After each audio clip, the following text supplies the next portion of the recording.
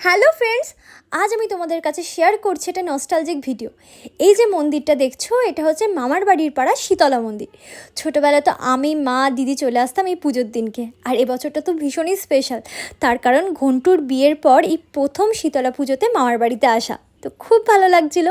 And এখানে তো মা পুরো হিরোইন, মাকে এদিক থেকে সবাই ডাকছে, ওদিক থেকে ডাকছে, সে মানে কী কাণ্ড।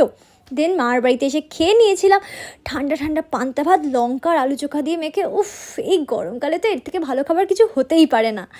দেন আমি খেয়ে নিয়েছিলাম হচ্ছে আম মাখা। উফ, কি ভালো যে লাগছিলো। আর মার ঘুঁটু তো কী রেগে যাচ্ছিলো এই আম মাখা খাচ্ছিলাম বলে, বিট নুন আর লঙ্কা গুঁড়ো দিয়ে মেখে।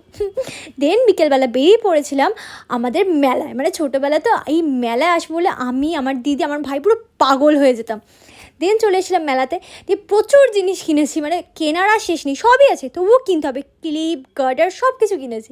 এই যে ব্রেক ডান্স, ছোটোবেলাতে ব্রেক ডান্স উঠবো বলে কী কান্নাকাটি করতাম। আর মিকি মাউস, আমি আর ভাই তো মিকি মাউস উঠে কী লাফালাফি করতাম। দিদি তো সেই নিয়ে আমায় খচাচ্ছে, বলছে কি রে উঠবি না কি। আচ্ছা বলো, এখন কি আর সেই বয়স আছে? লোকে তো মারবে ধরে।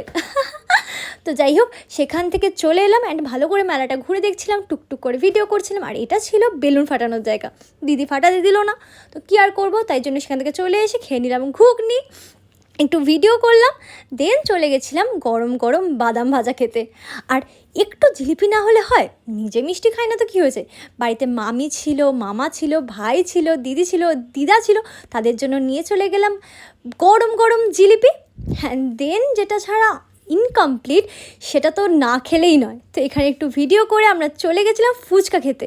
তো জল দিয়ে ফুচকা খেলাম, উফ কি দারুণ ছিল। অ্যান্ড লাস্ট যেটা, সেটা হচ্ছে মটকা কুলফি।